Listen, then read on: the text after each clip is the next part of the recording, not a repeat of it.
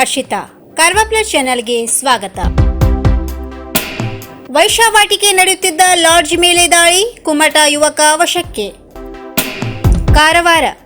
ವೈಶ್ಯಾವಾಟಿಕೆ ನಡೆಯುತ್ತಿದ್ದ ಲಾಡ್ಜ್ಗೆ ಪೊಲೀಸರ ದಾಳಿ ನಡೆಸಿ ಯುವತಿಯ ರಕ್ಷಣೆ ಮಾಡಿದ ಘಟನೆ ಕಾರವಾರದ ಸುಮಿತ್ರಾ ಲಾಡ್ಜ್ನಲ್ಲಿ ನಡೆದಿದೆ.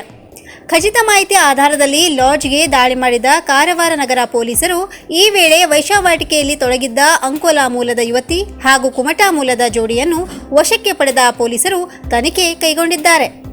ಬಂಧಿತ ಕುಮಟಾ ನಗರದ ಸುಭಾಷ್ ರಸ್ತೆಯ ನಿವಾಸಿ ಹೇಮಾಂಶು ನಾಯಕ್ ಎಂದು ಗುರುತಿಸಲಾಗಿದ್ದು, ಯುವತಿಯನ್ನು ಸಾಂತ್ವನ ಕೇಂದ್ರಕ್ಕೆ ಪೊಲೀಸರು ಒಪ್ಪಿಸಿದ್ದಾರೆ. ಇನ್ನು ಲಾಡ್ಜ್ ನಡೆಸುತ್ತಿದ್ದ ಸತೀಶ್ ರಾಣೆ ಹಾಗೂ ಮಾಲೀಕ ವೆರ್ಣಿಕರ್ ಮೇಲೆಯೂ ಪ್ರಕರಣ ದಾಖಲು ಮಾಡಲಾಗಿದೆ.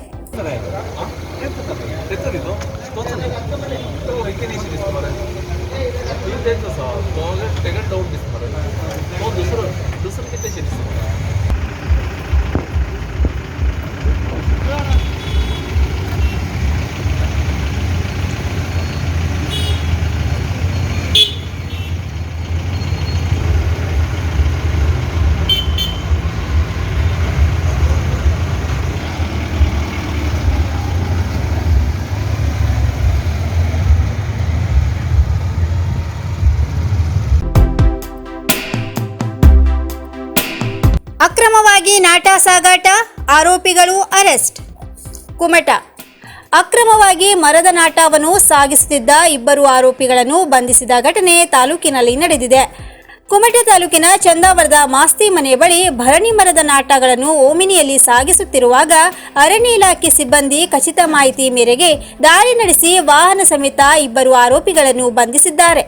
ಮಾರುಗೌಡ ಹಾಗೂ ಶಶಿಧರ್ ನಾಯಕ್ ಎನ್ನುವವರನ್ನ ಬಂಧಿಸಿದ್ದು, ಮಂಜುನಾಥ್ ನಾಯಕ್ ಹಾಗೂ ರಾಮ್ ನಾಯಕ್ ಎನ್ನುವರು ಪರಾರಿಯಾಗಿದ್ದಾರೆ.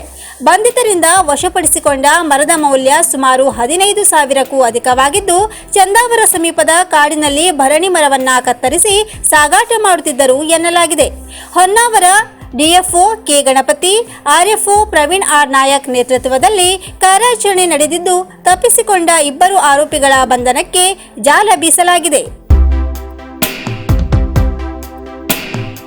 ಮಾನ್ಯ ಸಚಿವರಾದ ಶ್ರೀ ಶಿವರಾಮ್ ಹೆಬ್ಬಾರ್ ಅವರು ಇಂದು ವಜ್ರಳ್ಳಿ ಪಂಚಾಯತ್ ವ್ಯಾಪ್ತಿಯಲ್ಲಿ ವಿವಿಧ ಕಾಮಗಾರಿಗಳ ಉದ್ಘಾಟನೆ ಹಾಗೂ ಶಂಕುಸ್ಥಾಪನೆ ಕಾರ್ಯಕ್ರಮಕ್ಕೆ ಆಗಮಿಸಿದ್ದರು. ಈ ವೇಳೆ ಸ್ಥಳೀಯ ಯುವಕರು ಬೈಕ್ ರ್ಯಾಲಿ ಮುಖಾಂತರ ಹಾಗೂ ಕಂಚಿಮನೆಯ ಸಿದ್ದಿ ಸಮುದಾಯದವರು ಡಮಾಮಿ ಕುಣಿತದ ಮುಖಾಂತರ ಸಚಿವರನ್ನು ಅದ್ಧೂರಿಯಿಂದ ಸ್ವಾಗತಿಸಿದರು.